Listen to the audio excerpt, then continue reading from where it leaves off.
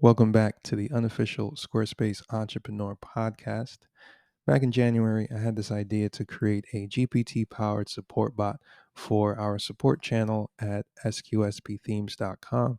And the idea was, what if I could convert the thousands of tickets that we've processed into a knowledge base that could then provide accurate responses to new tickets using GPT as a language model? And so I got to work learning to code so I could finally solve this problem because over the years, I've had these bottlenecks where support tickets would pile up.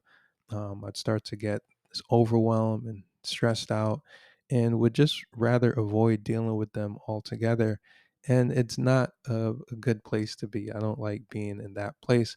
And then when I finally end up getting around to catching up, I find that a lot of the questions could have been answered had I created a better knowledge base, or had I had an easier way to kind of find answers from past tickets. Or so anyway, after struggling with this for months to figure out how to solve this, using this as an incentive to teach myself how to code, I finally had a prototype.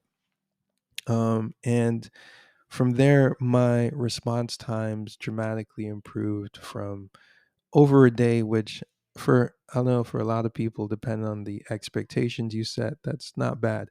But bringing it back down to just 2 or 3 hours, which is what I consider a nice sweet spot in terms of when you're doing stuff online and you've got to reach out for support. It's nice to be able to get that relatively quickly. So that's something I've always prided myself in being able to do.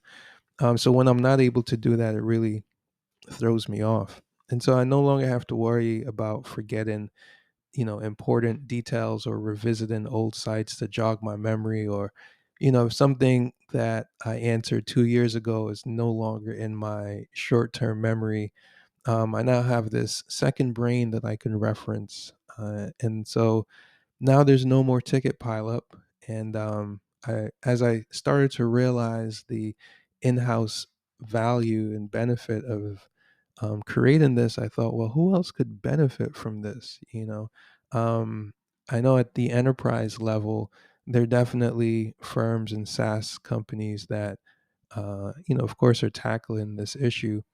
But for the little guys, the independents like myself, the solo operators, or the small teams selling digital products, who, maybe you're just processing support via your email, or third party software like we've been using Support Bee, which is good, but it's not as robust as some of the bigger ticketing and chatbot tools out there. Um, but really, this is like for if you need more mental bandwidth for other tasks in your business, and support just kind of drains you. Uh, and it's funny because it also invigorates as well, when you are able to like function at a high level. But when you're not able to function at a high level and you're overwhelmed, it can be very draining.